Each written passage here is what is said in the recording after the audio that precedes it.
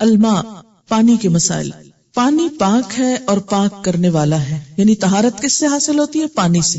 عن ابی ہریرہ رضی اللہ عنہ قال سأل رجل رسول اللہ صلی اللہ علیہ وسلم فقال یا رسول اللہ انا نرکب البحر ونحمل معنا القلیل من الماء فإن تودأنا به عطشنا افنتودأ بماء البحر فقال رسول اللہ صلی اللہ علیہ وسلم هو الطہور ماؤه الحل میتته رواہ احمد و ابو داود والنسائی والترمذی وابن ماجہ. حضرت ابو ہریرہ رضی اللہ تعالیٰ عنہ کہتے ہیں کہ ایک آدمی نے رسول اللہ صلی اللہ علیہ وسلم سے پوچھا، اے اللہ کے رسول صلی اللہ علیہ وسلم، ہم سمندر کا سفر کرتے ہیں تو تھوڑا سا پانی ساتھ لے جاتے ہیں، اگر اس سے وضو کر لیں تو پیاسے رہ جائیں، کیا ہم سمندر کے پانی سے وضو کر لیں؟ آپ نے فرمایا سمندر کا پانی پاک ہے اور اس میں مرا ہوا جانور مچھلی حلال ہے، یعنی جو سمندر کے اندر ہی مر جائے تو وہ استعمال کی جا سکتی. پاک چیز پانی کا رنگ یا ذائقہ یا دونوں بدل دے تب بھی پانی پاک ہی رہتا ہے. ان ام ہانی رضی اللہ عنہا قالت اغتسل رسول اللہ صلی اللہ علیہ وسلم ہوا ومیمونۃ رضی اللہ عنہا فی قصعۃ فیہا اثر العجین رواہ النسائی.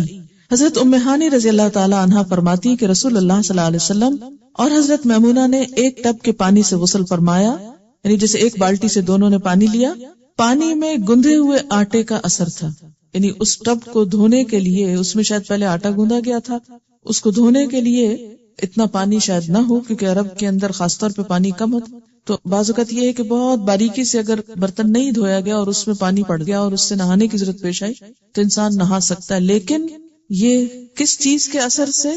پاک چیز، جیسے آٹا پاک ہے، یا جیسے لیمن ڈراپس ڈال دیتے ہیں آپ نہاتے وقت پانی میں، یا کوئی اور اینٹی سیپٹک چیز ڈال دیتے ہیں، ونیگر ڈال دیتے ہیں، تو ان چیزوں سے، یا بعض اوقات کوئی آئل ڈال دیتے ہیں، تو ایسی چیزیں پانی کو ناپاک نہیں کرتی جب تک وہ خود پاک ہے. اب اس سے کیا ہوتا ہے؟ پانی کی خوشبو بدل جاتی ہے، بعض اوقات رنگ بدل جاتا ہے، بعض اوقات ذائقہ بدل جاتا ہے، تو اس سے پانی ناپاک نہیں ہوتا، اس سے طہارت حاصل کی جا سکتی ہے. بلی کا جھوٹا پانی ناپاک نہیں ہوتا، یعنی اگر ٹب میں سے بلی پانی پی گئی تو اس سے آپ نہا سکتے ہیں. میاں بیوی دونوں بیک وقت ایک ہی برتن کے پانی سے وضو کر سکتے ہیں، یعنی مرد کے پانی میں ہاتھ ڈالنے سے پانی ناپاک نہیں ہوتا کہ بیوی اس پانی سے نہا نہیں سکتی، یا عورت کے پانی میں ہاتھ ڈالنے سے پانی ناپاک نہیں ہو جاتا کہ دوسرا نہیں نہا سکتا اس سے. ان عائشہ رضی اللہ عنہا قالت كنت اتودع انا ورسول اللہ صلی اللہ علیہ وسلم من اناء واحد قد اصابت منه الحرة قبل ذلك رواہ ابن ماجہ. حضرت عائشہ رضی اللہ تعالی عنہا فرماتی ہیں کہ میں اور رسول اللہ صلی اللہ علیہ وسلم ایک ہی برتن سے وضو کرتے، حالانکہ اس پانی سے بلی پی چکی ہوتی. اسے ابن ماجہ نے روایت کیا ہے.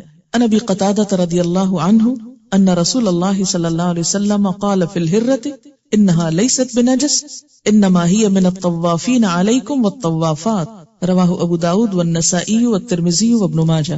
حضرت ابو قتادہ رضی اللہ تعالی عنہ سے روایت ہے کہ رسول اللہ صلی اللہ علیہ وسلم نے بلی کے بارے میں فرمایا کہ یہ ناپاک نہیں ہے بلکہ تمہارے پاس گھروں میں آتی جاتی رہتی ہے. اسے ابو داود، نسائی، ترمذی اور ابن ماجہ نے روایت کیا ہے. استعمال شدہ پانی میں نجاست نہ پڑی ہو تو پاک ہی رہتا ہے. نجاست کا کیا معنی ہے؟ کوئی ڈرٹ یا فلث وغیرہ.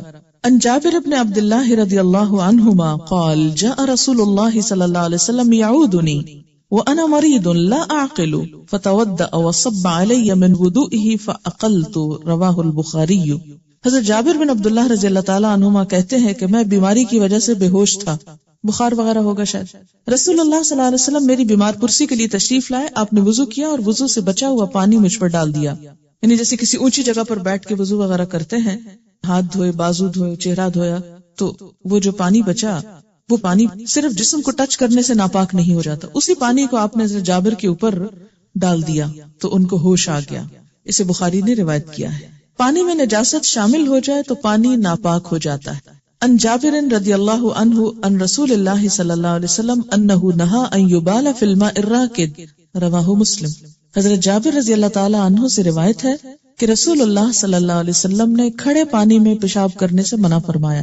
کھڑا پانی سے مراد کیا ہے؟ جیسے کسی ٹب میں ہے، بالٹی میں ہے، یا کسی ایسی جگہ پر ہے جو بہ نہیں رہا، پونڈ ہے لیکن چھوٹا ہے. اسے مسلم نے روایت کیا ہے. آداب الخلا. خلا کا لفظی مطلب ہوتا ہے خالی ہونا. مراد اس سے یہ ہے کہ ایسا وقت جس میں انسان تنہا ہو اور اپنی ضرورت جو ایک فطری ضرورت ہے، کال آف نیچر ہے، اس کو پورا کرے۔ اسلام چونکہ ایک مکمل ضابطۂ حیات ہے، زندگی کے ہر معاملے میں انسان کو رہنمائی دیتا ہے، اس لیے ایسے معاملات میں بھی ایک مسلمان کو تعلیمات دی گئی ہیں۔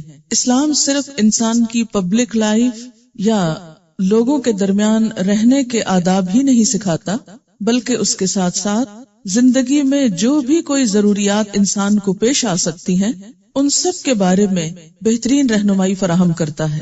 روایات میں آتا ہے کہ یہود نے ایک مرتبہ مسلمانوں کا مذاق اڑایا اسی بات پر کہ تمہارا پیغمبر کیسا پیغمبر ہے جو تمہیں رفع حاجت کے آداب بھی بتاتا ہے۔ تو اس پر مسلمانوں نے کسی قسم کا کوئی احساس کمتری محسوس نہیں کیا، بلکہ اس کو دین کا ایک بہترین حصہ قرار دیا کہ ہاں واقعی ہمارا دین ہمیں چھوٹے چھوٹے معاملات میں بھی بہترین رہنمائی فراہم کرتا ہے، کیونکہ ہمارا دین کوئی مصنوعی دین نہیں، صرف ظاہریت کی اصلاح نہیں کرنا چاہتا، انسان کے ظاہر کے ساتھ اس کی تنہائی کے اوقات، اس کے اپیرنس سے لے کر اس کے انر سیلف، ہر چیز کی اصلاح اور تزکیہ اور بھلائی چاہتا ہے۔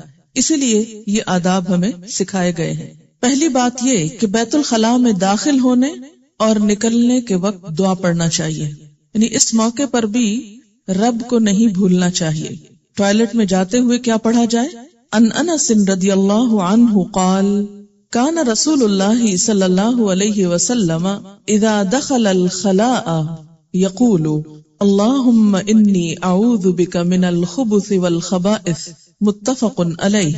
حضرت انس رضی اللہ تعالی عنہ فرماتے ہیں کہ رسول اللہ صلی اللہ علیہ وسلم جب بیت الخلاء میں داخل ہوتے تو فرماتے اللہم انی اعوذ بک من الخبث والخبائث، یا اللہ میں ناپاک جنوں اور جننیوں سے تیری پناہ مانگتا ہوں۔ اسے بخاری اور مسلم نے روایت کیا ہے۔ یاد رکھیے کہ گزشتہ زمانے میں لوگوں کے گھروں کے اندر ایسے انتظامات نہیں تھے۔ ایسی ضرورت پوری کرنے کے لیے لوگ عموماً گھر سے باہر دور خالی جگہ پر خلا میں چلے جاتے، جہاں دور دور تک کوئی نظر نہ آتا، ویرانہ جگہ ہوتی، اور ویرانہ ہونے کی وجہ سے بھی بسا اوقات اس بات کا خدشہ ہوتا کہ جن یا مؤنث جن یعنی جننیاں انسان پر حملہ آور نہ ہو۔ کیوں؟ اس لیے کہ ایسے موقع پر یعنی شیطان جو ہے وہ گندگی کو پسند کرتا ہے، عموماً جنوں کا ٹھکانہ ویرانوں میں ہوتا ہے، تو اس بات کا خطرہ تھا کہ وہ انسان کو نقصان نہ دے۔ ہم دیکھتے ہیں کہ دور جاہلیت میں عرب ایسی جگہوں پر جنوں کی پناہ مانگتے تھے کہ ہم جن کی پناہ میں آتے ہیں، جبکہ اللہ کے سوا کسی کی پناہ طلب کرنا درست نہیں۔ اس لیے آپ صلی اللہ علیہ وسلم نے کیا سکھایا کہ میں پناہ مانگتا ہوں اللہ کی تمام جنات سے کہ وہ اس موقع پر نقصان نہ دیں۔ یہاں یہ بات ذہن میں رہے کہ جنات صرف ویرانوں میں یا خالی جگہوں میں، بے آباد جگہوں میں ہی نہیں ہوتے، وہ ناپاک اور نجس جگہوں پر بھی ہوتے ہیں۔ اس لیے خواہ ٹوائلٹ گھر کے اندر ہو، پھر بھی یہ دعا پڑھنا مسنون ہے۔ ان عائشہ رضی اللہ عنہا ان النبی صلی اللہ علیہ وسلم کان اذا خرج من الغائط قال غفرانک، رواہ احمد و ابو داود والنسائی والترمذی وابن ماجہ۔ حضرت عائشہ رضی اللہ تعالی عنہا سے روایت ہے کہ نبی اکرم صلی اللہ علیہ وسلم جب بیت الخلاء سے باہر آتے تو غفرانکا، یا اللہ میں تیری بخشش چاہتا ہوں فرماتے۔ اسے احمد، ابو داؤد، نسائی، ترمذی اور ابن ماجہ نے روایت کیا ہے۔ سوال یہ پیدا ہوتا ہے کہ اس میں آخر کیا حکمت تھی کہ باہر آتے ہوئے انسان پھر دعا مانگے؟ یہ یاد رکھیے کہ بیت الخلاء کے اندر تو کچھ نہیں مانگا جائے گا، اللہ کا نام نہیں لیا جائے گا، لیکن جانے سے پہلے اور نکلنے کے بعد دونوں مواقع پر اللہ تعالیٰ کو یاد کیا جائے گا، اور دوسرے موقع پر بخشش کی دعا مانگی گئی کہ اللہ تعالیٰ کی یہ بھی ایک نعمت ہے کہ انسان کے جسم سے اس کی نجاستیں دور ہو جائیں اور انسان بیماریوں سے محفوظ رہے، اور مصیبتوں اور تکلیفوں سے چھٹکارا پانے کے لیے اور پانے کے بعد جو دعا مفید ہے وہ استغفار ہے۔ بیت الخلاء میں اللہ تعالیٰ کے نام والی کوئی چیز ساتھ نہیں لے جانی چاہیے۔ ان انس بن مالک رضی اللہ عنہ قال کان رسول اللہ صلی اللہ علیہ وسلم اذا دخل الخلاء وضع خاتمہ، رواہ الترمذی والنسائی وابن ماجہ۔ حضرت انس بن مالک رضی اللہ تعالی عنہ فرماتے ہیں کہ رسول اللہ صلی اللہ علیہ وسلم جب بیت الخلاء میں جانے کا ارادہ فرماتے تو اپنی انگوٹھی جس پر محمد رسول اللہ تحریر تھا اتار دیا کرتے تھے۔ وضع کا لفظ جس کا مطلب ہے رکھ دیا کرتے تھے کہیں اور۔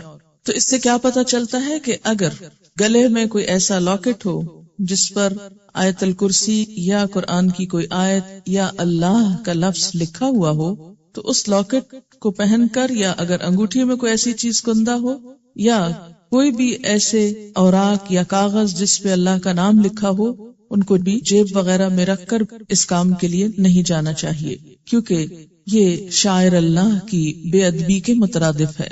کھلے میدان میں رفع حاجت کے وقت منہ یا پیٹھ قبلہ کی طرف نہیں کرنی چاہیے، البتہ طہارت خانے کے اندر یا دیوار کی اوٹ میں ایسا کیا جا سکتا ہے۔ عن ابی ہریرہ رضی اللہ عنہ عن رسول اللہ صلی اللہ علیہ وسلم قال اذا جلس احدکم علی حاجۃ فلا يستقبلن القبلة ولا يستدبرها، رواہ مسلم۔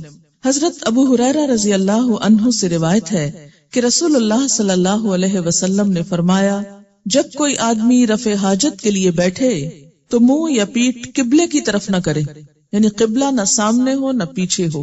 اسے مسلم نے روایت کیا ہے۔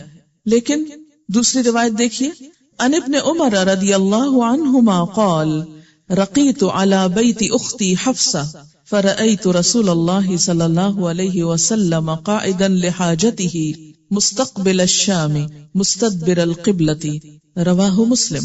حضرت عبداللہ بن عمر رضی اللہ تعالی عنہما فرماتے ہیں کہ میں اپنی بہن ام المؤمنین حضرت حفصہ رضی اللہ تعالی عنہا کے گھر کی چھت پر چڑھا تو میں نے رسول اللہ صلی اللہ علیہ وسلم کو چھت پر رفع حاجت کے لیے بیٹھے ہوئے دیکھا۔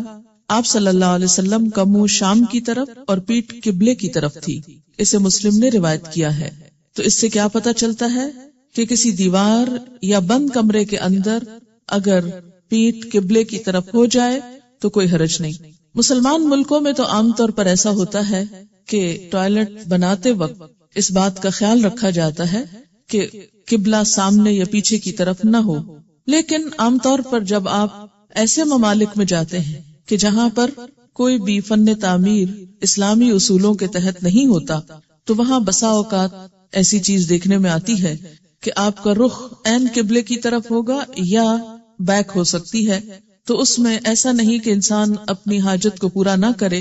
اسلام ایسا دین نہیں ہے کہ جو انسان پر ناقابل برداشت تکلیف ڈالے۔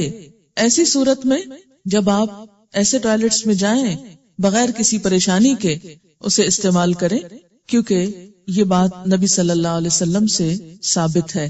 ہاں، جب آپ خالی میدان میں کہیں ہو تو اس میں یہ ہے کہ انسان پھر اس کے اپنے بس میں ہوتا ہے کہ جس طرف چاہے منہ کر لے، اور خالی میدان میں ایسا کرنا ممنوع ہے۔ رفع حاجت کے وقت پرائیویٹ پارٹ کو دایاں ہاتھ لگانا منع ہے، دائیں ہاتھ سے استنجا کرنا بھی منع ہے۔ ان ابی قتادہ رضی اللہ عنہ قال قال رسول اللہ صلی اللہ علیہ وسلم لا يمسكن احدكم ذكره بيمينه وهو يبول ولا يتمسح من الخلاء بيمينه ولا يتنفس في الاناء، رواہ مسلم۔ حضرت ابو قتادہ رضی اللہ تعالی عنہ کہتے ہیں کہ رسول اللہ صلی اللہ علیہ وسلم نے فرمایا، پیشاب کرتے وقت کوئی آدمی پیشاب کی جگہ کو دائیں ہاتھ سے نہ چھوئے، نہ ہی دائیں ہاتھ سے استنجا کرے، نہ ہی کوئی چیز پیتے وقت برتن میں پھونک مارے۔ اسے مسلم نے روایت کیا۔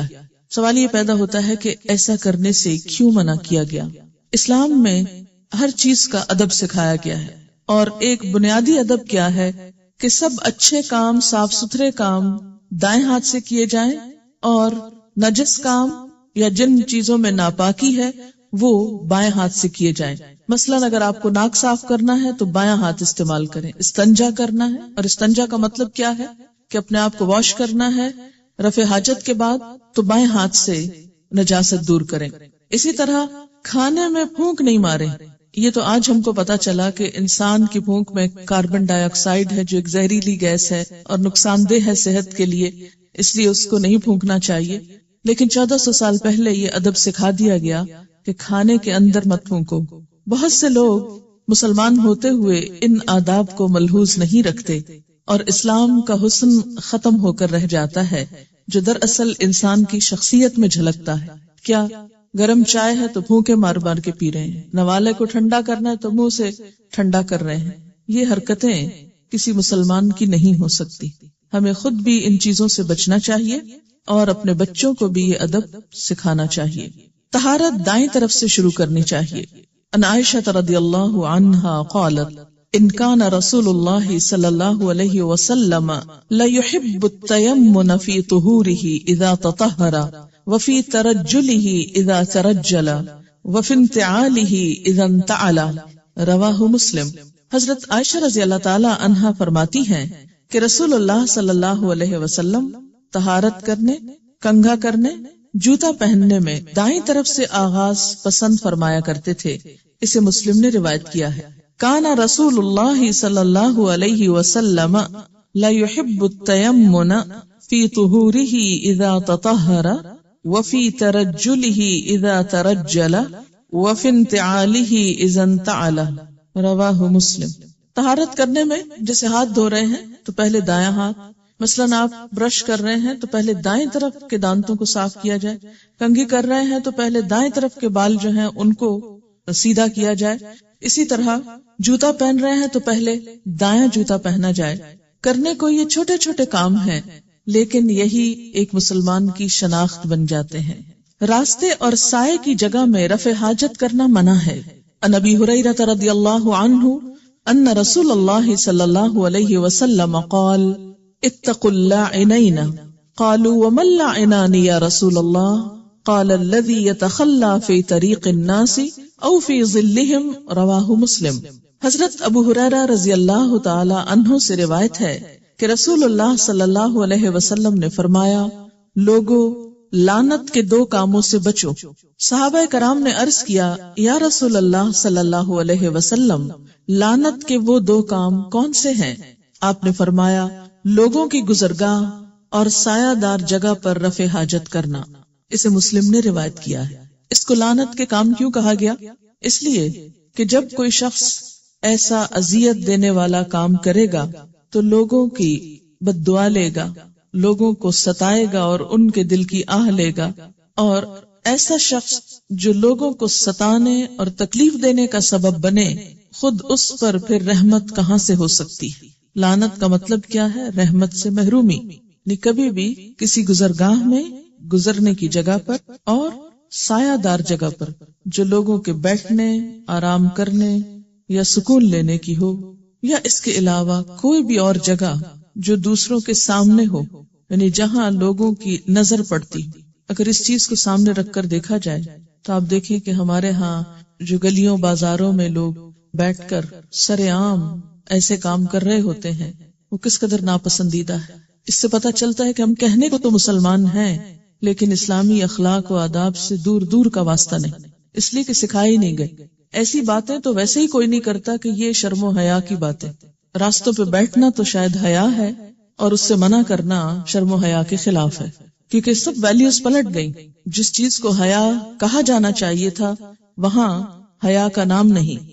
اور آپ دیکھیے کہ جب راستوں میں ایسا کام ہوتا ہے تو کوئی بھی شخص اس کے بعد جب گزرتا ہے تو کتنا تکلیف دہ ہو جاتا ہے ایسے راستے سے گزرنا بھی جس میں نجاست ہو. استنجا کرنے کے لیے مٹی کے کم از کم 3 ڈھیلے یا پانی استعمال کرنا چاہیے.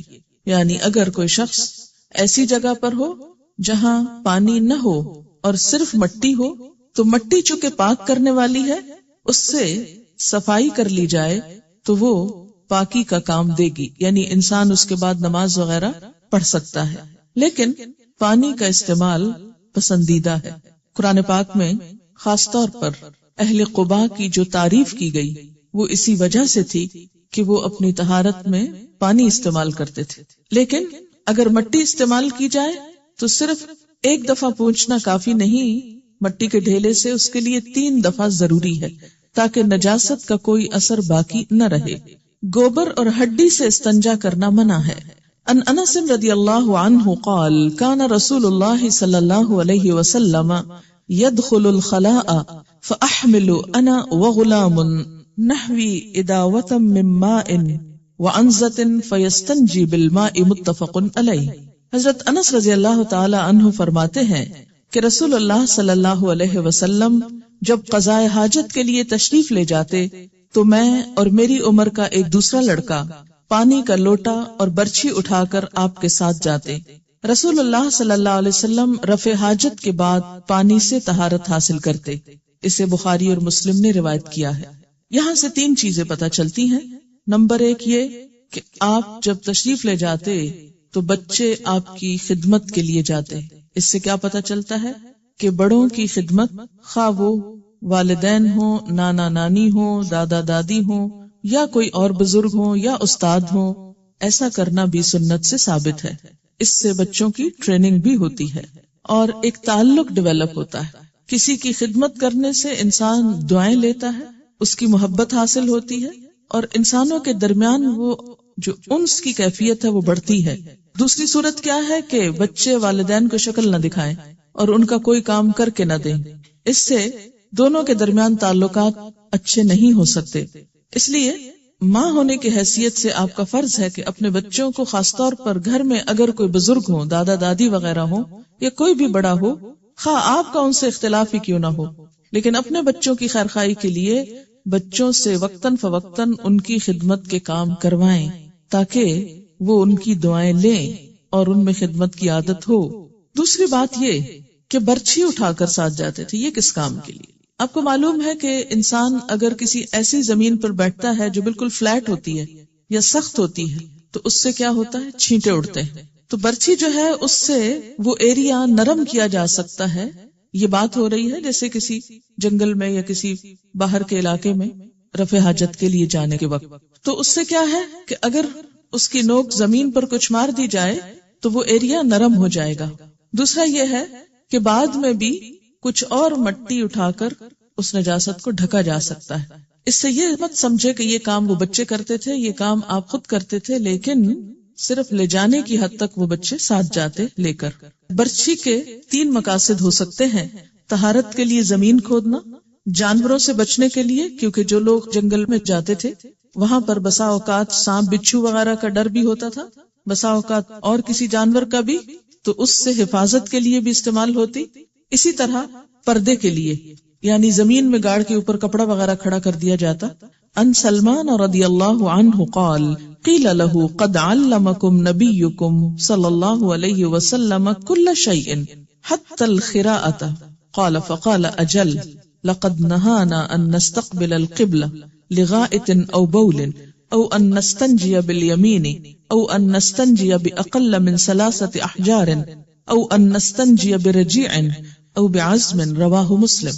حضرت سلمان فارسی رضی اللہ تعالی عنہ سے کہا گیا از راہ تمسخر، مذاق اڑاتے ہوئے، تمہارے نبی صلی اللہ علیہ وسلم نے تمہیں ہر چیز کی تعلیم دی ہے، حتیٰ کہ پیشاب پخانہ کی بھی۔ یعنی یہ مذاق اڑایا جا رہا تھا کچھ لوگوں کی طرف سے مسلمانوں کا کہ یہ کیسا دین ہے، اس میں اتنی گندی باتیں کی جاتی۔ حضرت سلمان فارسی رضی اللہ تعالی عنہ نے کہا، ہاں رسول اللہ صلی اللہ علیہ وسلم نے ہمیں رفع حاجت کرتے وقت قبلے کی طرف منہ کرنے سے منع فرمایا، استنجا کرتے وقت دایاں ہاتھ استعمال کرنے سے منع فرمایا، 3 پتھروں سے کم میں استنجا کرنے سے منع فرمایا، نیز گوبر اور ہڈی کے ساتھ استنجا کرنے سے منع فرمایا۔ اسے مسلم نے روایت کیا۔ یعنی بجائے شرمانے کے اور جھجکنے کے اور جھینپنے کے اور شرمندہ ہونے کے، کیا ہے اس تعلیم کو واضح کر دیا جائے کہ ہاں ہم ایسے مواقع پر بھی نہایت ادب والے لوگ ہیں، بہت سے ایٹیکیٹس جانتے ہیں۔ نماز سے قبل بیت الخلاء سے فارغ ہونا ضروری ہے۔ رفع حاجت کے وقت نماز کھڑی ہو جائے تو پہلے اطمینان سے رفع حاجت سے فارغ ہونا چاہیے۔ یعنی یہ بھی ادب کے خلاف ہے کہ انسان کو ضرورت کہیں اور جانے کی ہے اور وہ جائے نماز پہ کھڑا ہو جائے اور سارا دھیان اس کا کسی اور طرف ہی رہے، اس سے نماز میں خشوع و خضوع نہیں آ سکتا۔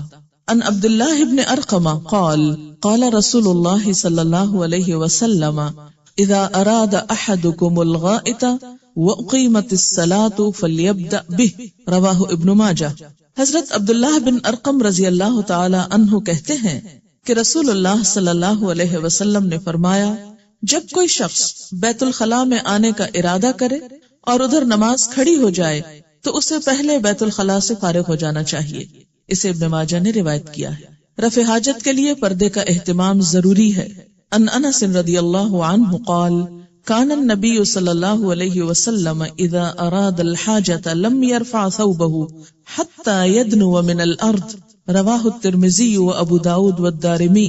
حضرت انس رضی اللہ تعالی عنہ فرماتے ہیں کہ نبی اکرم صلی اللہ علیہ وسلم رفع حاجت کے لیے بیٹھنے لگتے تو زمین کے قریب پہنچ کر کپڑا اٹھاتے، یعنی بیٹھنے کے قریب اپنے آپ سے کپڑا اٹھاتے، کھڑے ہو کر نہیں، تاکہ بے پردگی نہ ہو. اسے ترمذی، ابو داود اور دارمی نے روایت کیا ہے. ان جابر رضی اللہ عنہ قال كان النبي صلی اللہ علیہ وسلم اذا اراد البراز انطلق حتى لا يراه احد رواہ ابو داود.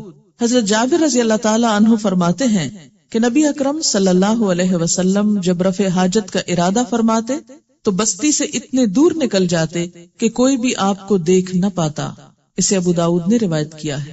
ایسے موقع پر تنہائی اور کسی کے سامنے نہ ہونا یہ بھی مہذب ہونے کی علامت ہے. آج کی بہت سی مہذب قومیں اس سے خالی ہیں، اس تہذیب سے، اس سلیقے سے. یونیورسٹی میں میری ایک کلیگ تھی، وہ چائنا گئی چھٹیوں میں، سمر میں واپس آئی تو میں نے ان سے پوچھا کہ کیسا رہا، تو انہوں نے بتایا کہ باقی تو سب ٹھیک تھا لیکن ایک چیز کی بہت تکلیف تھی، اور وہ یہ کہ سفر کے دوران بعض جگہ پر ایسے پبلک ٹوائلٹس میں جانے کا اتفاق ہوا کہ جہاں پردے کا پوری طرح اہتمام نہیں تھا، اور اس چیز کی بے حد تکلیف ہوتی تھی کیونکہ ان کے ہاں اس قسم کی شرم و حیا کا خاص تصور ہی نہیں تھا. لیکن اسلام ایسے مواقع پر یہ ادب سکھاتا ہے کہ انسان دوسروں کے سامنے نہ ہو. اور اس میں ایک حکمت، ایک بات تو شرم و حیا کی ہے ہی، لیکن دوسری حکمت کیا ہے کہ اس سے دوسروں کو اذیت بھی ہوتی ہے، تو دوسروں کو اذیت سے بچایا جائے. مٹی کے 3 ڈھیلوں سے استنجا کرنے کے بعد پانی استعمال کرنا ضروری نہیں. ان عائشہ رضی اللہ عنہا قالت قال رسول اللہ صلی اللہ علیہ وسلم اذا ذهب احدكم الى الغائط فليذهب معه ب3 احجار يستطيب بهن فانها تجزئ عنه رواہ احمد و ابو داود والنسائی والدارمی. حضرت عائشہ رضی اللہ تعالی عنہا کہتی ہیں کہ رسول اللہ صلی اللہ علیہ وسلم نے فرمایا جب رفع حاجت کے لیے جاؤ تو مٹی کے 3 ڈھیلے ساتھ لے جاؤ، پانی کی بجائے یہی کافی ہیں. یعنی ڈھیلوں سے مکمل طہارت حاصل ہو جائے گی جس کے بعد نماز پڑھنا جائز ہے، الا یہ کہ اگر پانی ہو تو استعمال کرنا افضل ہے، اگر نہیں تو دل میں کوئی خلش نہ رہے کہ ہم ناپاک ہیں اور ہم نماز نہیں پڑھ سکتے. مٹی سے بھی مکمل طہارت حاصل ہو جاتی. استنجا اور وضو کے لیے الگ الگ برتن استعمال کرنے چاہیے، یعنی وضو کا لوٹا الگ ہو، استنجے کا لوٹا الگ ہو. اور اس کی وجہ کیا ہے؟ بنیادی طور پر کہ ہو سکتا ہے کہ استنجے کا لوٹا کسی وجہ سے نجس ہو گیا ہو، اور اگر اسی میں پانی ڈال کر کلی کر رہے ہیں، ناک میں پانی ڈال رہے ہیں، ہاتھ منہ دھو رہے ہیں، تو ہو سکتا ہے کہ نجاست کا کوئی حصہ جسم کے اندر چلا جائے اور وہ صحت کے لیے بھی نقصان دہ ہو، یا پھر یہ کہ اس سے مکمل طہارت حاصل نہ ہو.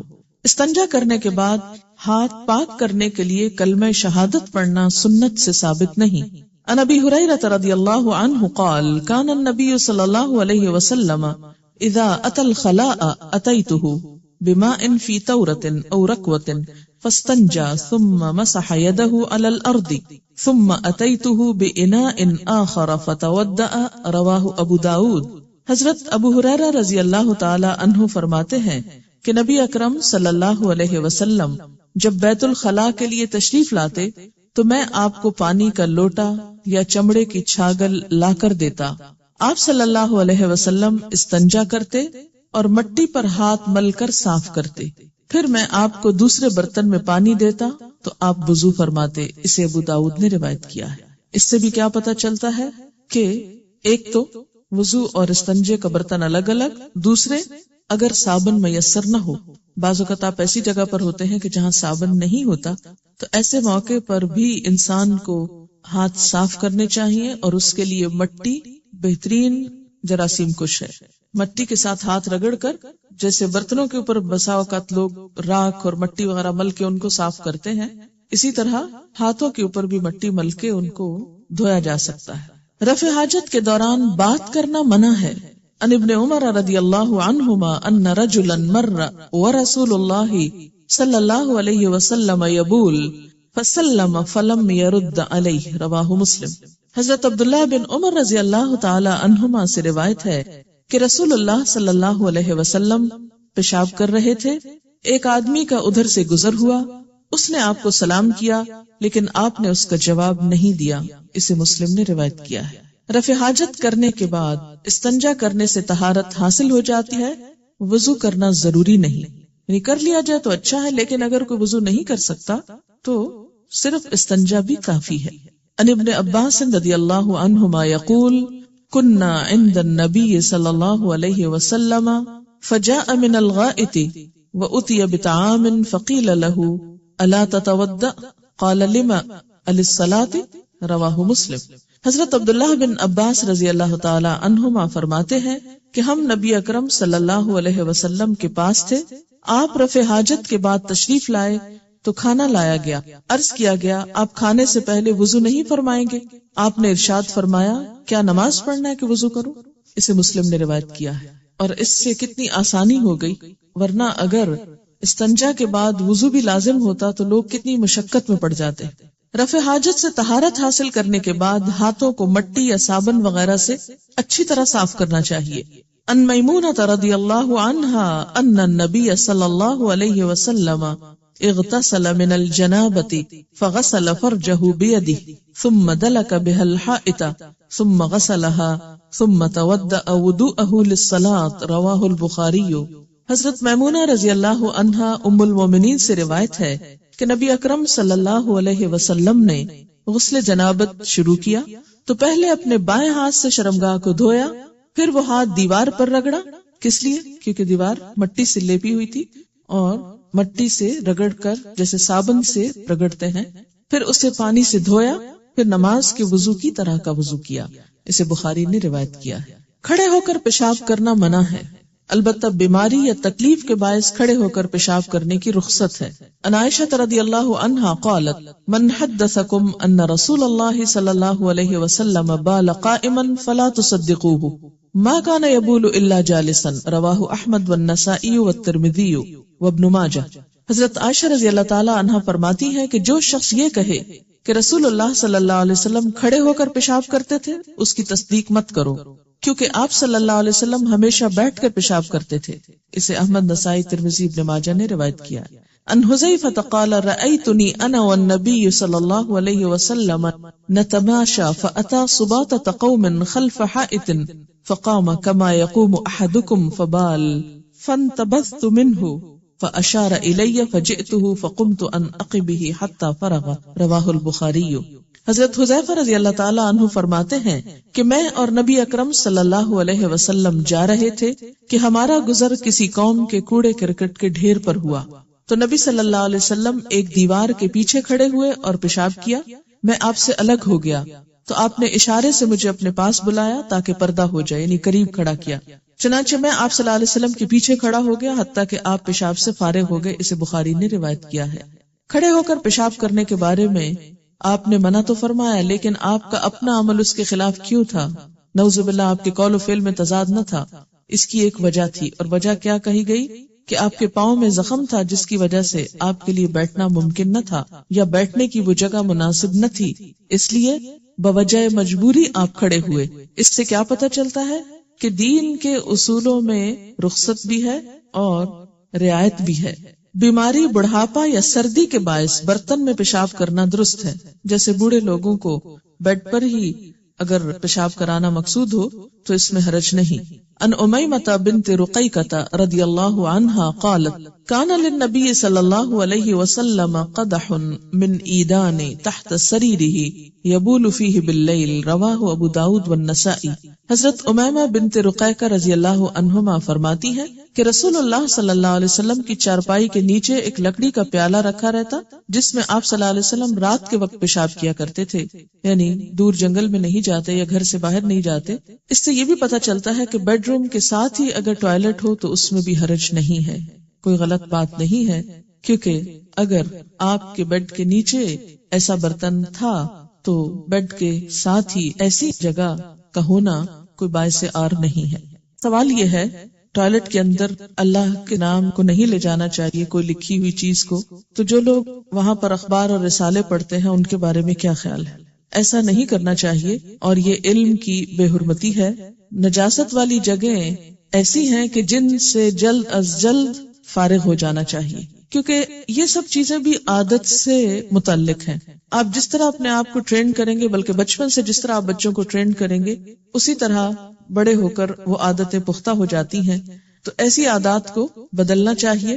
وہاں نہ ذکر کیا جاتا ہے، نہ ہی کچھ پڑھا جا سکتا ہے، اور نہ ہی وہاں کتابیں وغیرہ اس طرح رکھنی چاہیے، کیونکہ نجس جگہ ہے یہ۔ ان کا سوال ہے اگر کوئی بچہ بچپن سے لیفٹ ہینڈڈ ہو تو اس کے بارے میں کیا حکم ہے؟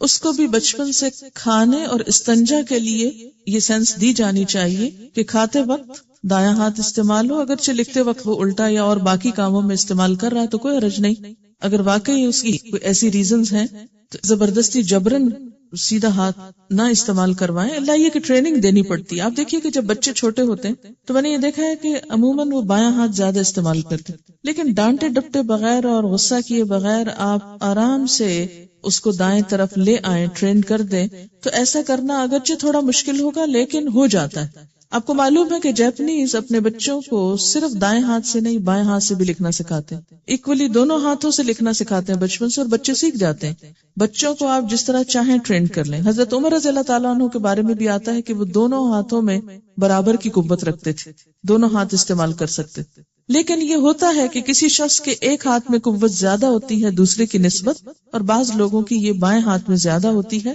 پھر بسا اوقات والدین کی غفلت سے وہ چیز روٹین یا عادت میں شامل ہو جاتی ہے۔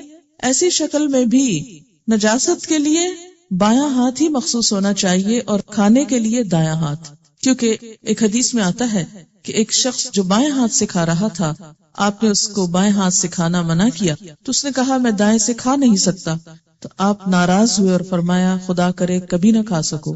اور پھر کہا جاتا ہے کہ وہ شخص مرتے دم تک اپنا دایاں ہاتھ منہ تک نہ لے جا سکا۔ تو اس سے پتہ چلتا ہے کہ نبی صلی اللہ علیہ وسلم نے اس چیز کو بہت سخت ناپسند کیا کہ کھانے کے وقت بایاں ہاتھ استعمال کیا جائے۔ یہ جو ٹوائلٹس ہیں یا نجس جگہ ہیں، یہ شیطان کی آماج گاہیں بھی ہوتی ہیں، اور اس کے علاوہ ناپسندیدہ جگہ بھی ہیں۔ ایسی جگہوں پر بلا ضرورت بہت دیر بیٹھے رہنا یہ درست نہیں ہے، کیونکہ جادوگر عموماً نجس چیزوں کا استعمال کرتے ہیں جادو میں، اور جنات کا حملہ بھی یہیں پر ہوتا ہے۔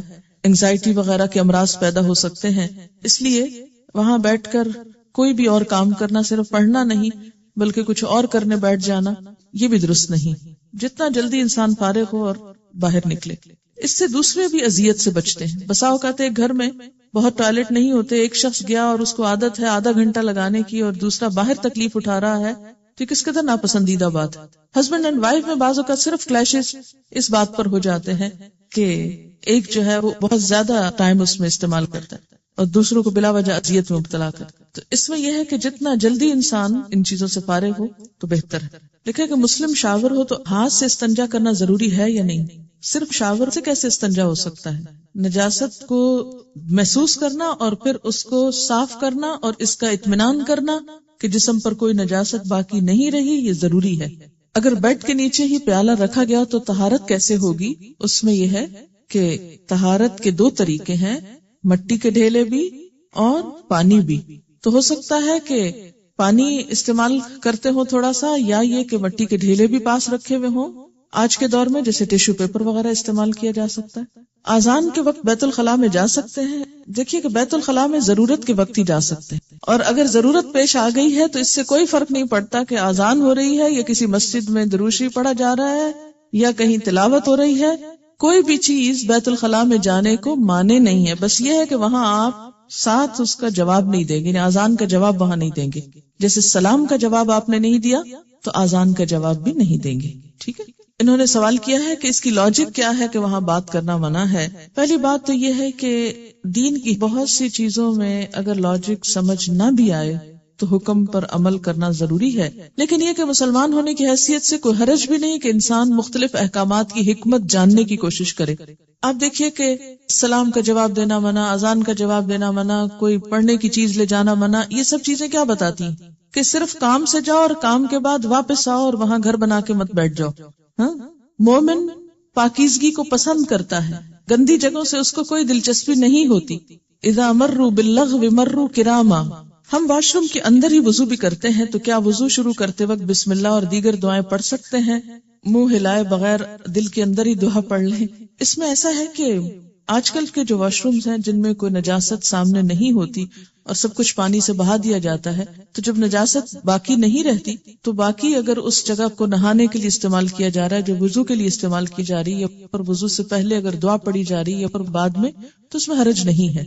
ہاں، اگر نجاست وہاں موجود ہے کسی بھی طرح تو اس صورت میں آپ نہیں پڑھیں گے، کیونکہ اللہ کا نام پاکیزہ ہے اور پاکیزہ جگہ پر ہی لینا چاہیے۔ انہوں نے ایک دو حکمت اور بھی بیان کی ہے، اور وہ یہ کہ انسان کے جسم سے جو فاسد مادے نکلتے ہیں اس میں مختلف قسم کے ہارمفل بیکٹیریا شامل ہوتے ہیں۔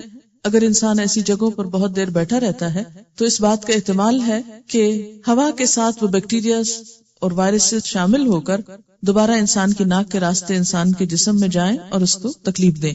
دوسرا یہ کہ پیشاب کے اندر ایسڈ بھی ہوتا ہے، اور وہ جب جسم کو بہت دیر تک لگا رہتا ہے اور اس کو دھویا نہیں جاتا تو وہ بھی بیماری اور تکلیف کا سبب بنتا ہے۔ تو اس لیے کیا حکم ہے کہ ایسی اذیتوں سے، نجاستوں سے فارغ ہو کر اپنے آپ کو پاک کرو، صاف کرو اور فوراً وہاں سے ہٹ جاؤ۔ پھر آپ دیکھیے کہ مسلمان کو زیادہ دیر تک تنہائی میں بھی ننگے بیٹھنے سے منع کیا گیا ہے۔ واش رومز میں الماریاں اور ڈریسنگ کا سامان بھی ہوتا ہے، بچے بھی جاتے ہیں، ان کو تیار کرتے وقت باتیں بھی ہو جاتی، تو کیا یہ غلط ہے؟ جیسے کہ پہلے میں نے عرض کیا کہ اگر ٹوائلٹ صاف ہے، آپ نے ڈھک دیا اس کو، سیٹ اوپر ڈال دی اور اس کے بعد آپ باقی کام وہاں کر رہے ہیں، تو وہ اب کیا ہو گیا، ایک عام کمرے کی طرح ہی ہو گئی۔ بالکل ایسے جیسے آپ صلی اللہ علیہ وسلم کے بیڈ کے نیچے پاٹ تھا، تو اگر وہ پاٹ اٹھا لیا جاتا ہے تو وہ ایک عام بیڈ روم کی طرح ہو جاتا ہے۔ اسی طرح اگر نجاست ختم ہو جاتی، وہاں سے بالکل صاف کر دی جاتی ہے، ایگزاسٹ چل رہا ہے، کسی قسم کی کوئی بھی وہاں گندی چیز نہ اسمیل کی شکل میں ہے نہ کسی اور شکل میں، تو اسی جگہ کو دوسری چیزوں کے رکھنے، اٹھانے اور بات کرنے کے لیے استعمال کیا جا سکتا ہے۔ کہتے ہیں کہ بعض اوقات بیت الخلاء میں بھی بے دھیانی میں ذکر میں زبان چلتی جاتی ہے، تو ایسا کیا کیا جائے؟ جو کام بے دھیانی میں ہو جائے وہ تو اللہ تعالیٰ معاف کر دیتے ہیں، اور شیطان بھی عام طور پر ذکر بھلواتا ہے اور وہاں زیادہ یاد کرواتا ہے، شاید انسان تنہا ہوتا ہے۔ اگر بیت الخلاء کے اندر اللہ کا نام نہیں لینا چاہیے تو کیا کپڑے اتارتے وقت بسم اللہ پڑھی جائے گی؟ اتارنے سے پہلے پڑھی جائے گی۔ اور کپڑوں کا بھی حکم یہی ہے کہ بہت دیر اتار کر بغیر لباس کے نہ بیٹھا جائے۔ گوبر اور ہڈی کے استعمال کی ممانعت کیوں کہی گئی؟ ان دونوں میں جذب کی صلاحیت نہیں ہوتی۔ گوبر کو ایندھن کے طور پر استعمال کیا جاتا ہے، اکثر ان میں کیڑے پڑ جاتے ہیں جو نقصان دہ ہو سکتے ہیں اور وہ جسم کے اندر بھی جا سکتے ہیں۔ اسی طرح یہ کہ ہڈی کے بارے میں آپ صلی اللہ علیہ وسلم نے فرمایا کہ وہ تمہارے جن بھائیوں کی غذا ہے، یعنی انسان جیسے گوشت کھا کے ہڈی پھینک دیتا ہے تو جنات اس کو بطور غذا استعمال کرتے ہیں، تو اس کو ناپاک نہیں کرنا چاہیے۔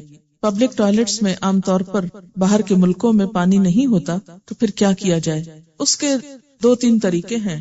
ایک تو یہ کہ پیپسی کا کین وغیرہ جو ہوتا ہے یہ عام طور پر خالی مل بھی جاتا ہے، یا یہ کہ عموماً کوئی بھی سافٹ ڈرنک پینے کے بعد انسان اس کو تھوڑا سنبھال لے اور بیٹھنے سے پہلے کچھ نہ کچھ پانی ساتھ لے جائے، اس سے وہ باہر گرنے کا بھی اندیشہ نہیں ہوتا۔ اس سے پہلے ٹیشو سے اپنے آپ کو اچھی طرح صاف کر لے اور پھر واش کر لے۔ لیکن اگر کہیں کچھ بھی نہ ہو تو خالی ٹیشو سے بھی اگر ساری نجاست جذب ہو گئی ہے تو ٹھیک ہے، لیکن یاد رکھیے کہ ٹیشو کی ساخت اور صلاحیت اور مٹی میں فرق ہے۔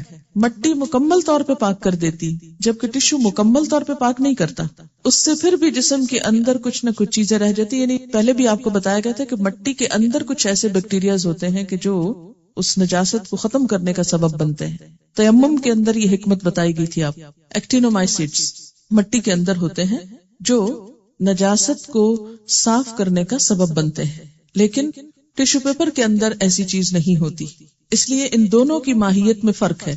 اگرچہ بوقت ضرورت جب کچھ اور میسر نہیں اور صرف ٹیشو ہے تو صاف کر لیجئے اور نماز نہیں چھوڑیے، نماز پڑھ لیجئے، آپ نماز ہو جائے گی، کیونکہ یہ رخصت ہے کہ اگر کسی شخص کے پاس دوسرا لباس نہیں اور ایک ہی لباس ہے اور وہ نجس ہے اور سخت مجبوری ہے تو وہ نماز نہیں چھوڑے گا، وہ اس لباس میں بھی نماز پڑھے گا۔ ان کا سوال یہ ہے کہ اگر پیالہ خالی چھوڑ دیا جائے اور اس سے پورے کمرے میں جرمز پھیل جائیں گے تو یہ ہے کہ پیالہ ڈھکا بھی تو جا سکتا ہے نا، ٹھیک ہے؟ یعنی آپ صلی اللہ علیہ وسلم کے اندر جتنی طہارت اور پاکیزگی تھی وہ شاید دنیا کے کسی اور انسان کے اندر ہو۔ قرآن پاک میں آپ صلی اللہ علیہ وسلم کو مخاطب کر کے فرمایا گیا وَالرُّجْزَ فَاهْجُرْ، گندگی کو چھوڑ دیجیے۔ اگر فجر کی نماز میں آنکھ ذرا دیر سے کھلے کہ نماز کا وقت نکلا جا رہا ہے اور واش روم بھی جانا ضروری ہے، اور واش روم میں دیر لگنے کا احتمال بھی ہے، نماز کا ٹائم نکل جائے اور واش روم سے فارغ نہ ہو تو صرف جلدی میں وضو کر کے نماز پڑھنے کھڑے ہو جائیں، تو پھر کیا ایسا کرنا درست ہے؟ دیکھ لیجئے، اگر قابل برداشت ہے تو درست ہے، اور اگر آپ سمجھیں کہ آپ نماز میں نجس ہو جائیں گے تو پھر ایسی صورت میں اپنے اوپر ناروا بوجھ نہ ڈالیے اور آئندہ سے رات کو جلدی سوئیے تاکہ صبح آنکھ جلدی کھلے۔ کچھ لوگوں کو فون پر بھی بات کرنے کی عادت ہوتی ہے، واش رومز میں وہ کارڈلیس ساتھ لے جاتے ہیں، ایسا کرنا ناپسندیدہ ہے۔ میں نہاتے وقت پہلے میوزک سنا کرتی تھی، کیا اب اسماء الحسنی سن سکتی ہوں؟ نہیں، کچھ بھی نہیں سنیں گی آپ، بس اپنا کام ختم کریں گی اور جلدی باہر آئیں گی۔ کموڈ کے استعمال میں کوئی حرج نہیں ہے، کہیں ایسا منع نہیں کیا گیا، یہ ہے کہ صرف نجاست سے بچنا ضروری ہے، خواہ کموڈ ہو یا دوسرا WC ہو۔ گلے میں خانہ کعبہ کا لاکٹ پہن کر جایا جا سکتا ہے۔ آپ کو پتا ہے کہ خانہ کعبہ بھی شاعر اللہ میں سے ہے نا، اس کا احترام بھی ضروری ہے، تو ایسے لاکٹ صرف زینت کے مواقع پر پہنی اور باقی اوقات میں اتار دیجیے۔ رفع حاجت کے لیے پردے کا اہتمام ضروری ہے، اس کی دو حکمتیں ہو سکتی ہیں، ایک تو حیا کا تقاضا، دوسرے انسان اور جانور کا فرق بھی۔ جانوروں میں سے بھی بعض ہر جگہ نجاست نہیں بکھیرتے، بہت سمجھدار ہوتے ہیں، لیکن کچھ پرندے وغیرہ یہ نہیں دیکھتے کسی کا سر ہے یا کپڑا ہے یا کیا ہے، وہ شروع ہو جاتے ہیں۔ ایسی جگہوں پر کوئی بات نہ کرنے کی ایک وجہ یہ بھی ہے کہ فرشتے جو ہیں حفاظت کے اور دوسرے فرشتے وہ اس وقت ساتھ چھوڑ دیتے ہیں، تو اس وقت زیادہ دیر لگانا اپنے آپ کو حفاظت سے محروم کرنا، اسی وجہ سے پھر جنات کا حملہ بھی ہوتا ہے نا۔ کیا تسبیح جیب میں رکھ کر باتھ روم جا سکتے ہیں؟ کیا تسبیح شاعر اللہ میں سے ہے؟ وہ تو صرف گننے کا ایک آلہ ہے۔ یاد رکھیے کہ شاعر اللہ صرف وہ ہیں کہ جن کو اللہ تعالیٰ نے خود شاعر بنایا ہے، مثلاً قرآن پاک ہے یا پھر مساجد ہیں یا پھر اسی قسم کی اور چیزیں۔ جو آلات ہیں وہ شاعر نہیں ہیں۔ ان کا جواب بہت اچھے کہتے ہیں، ہم انگلیوں پہ بھی تسبیح پڑھتے ہیں، پھر انگلیاں بھی تو ساتھ لے جاتے ہیں۔ بیسیکلی جو بنیادی فرق ہے وہ کیا ہے کہ ہمیں منع کیا گیا ہے لکھی ہوئی چیز لے جانے سے، ٹھیک ہے؟ خانہ کعبہ کی بات ہوئی تھی، اب آپ کہیں گے وہ تو لکھی چیز نہیں، لیکن خانہ کعبہ ماڈل ہے، اللہ نے جس کو اپنا گھر کہہ دیا اس لیے اس کی بات کچھ اور ہے، اس کے گرد تو طواف بھی کیا جاتا ہے۔ اس کے ماڈل کو لے جانا اور ایک عام بیڈ کو لے جانا یہ دو مختلف چیزیں ہیں۔ سوال ہے، بعض اوقات بیت الخلاء جانے کے بعد دعا یاد آتی ہے، اس پر کیا کریں؟ کیا اندر پڑھیں گے؟ پھر جو بھول گیا سو بھول گیا، جو ہو چکا سو ہو چکا، اندر بیٹھ کر دعا نہیں پڑھی جائے گی، ٹھیک ہے؟ کبھی کبھی باتھ روم میں اذان کی آواز آتی ہے، خود بخود بے خیالی میں جواب دے دیتے ہیں، کیا یہ غلط ہے؟ بے خیالی بے دھیانی معاف ہے۔ حکم کیا ہے کہ جب کوئی چیز انسان بھول جائے تو جو ہی یاد آئے تو انسان اپنی اصلاح کر لے۔ مثلا نماز کے بارے میں آتا ہے کہ جب کوئی تم میں سے نماز پڑھنا بھول جائے تو جب یاد آئے پڑھ لے۔ ہاں، کلمہ طیبہ پڑھنا نہاتے وقت، یہ ہمارے یہاں ایک عام رواج، اور عموماً یہ ایک تصور پایا جاتا ہے کہ جب تک نہانے کے بعد یا نہاتے وقت شاید کلمہ طیبہ نہ پڑھا جائے اس وقت تک انسان پاک نہیں ہوتا، اور خصوصاً اگر ناپاکی سے نہانا ہو۔ ایسی کوئی بھی چیز سنت میں موجود نہیں ہے۔ طہارت نیت کے ساتھ ہے، نہ کہ زبان سے کچھ لفظ بولنے کے ساتھ۔ کلمہ طیبہ سے جو پاکی حاصل ہوتی ہے وہ دل کی ہے، نہ کہ جسم کی۔ جسم کی پاکیزگی کے لیے پانی ہے، مٹی ہے،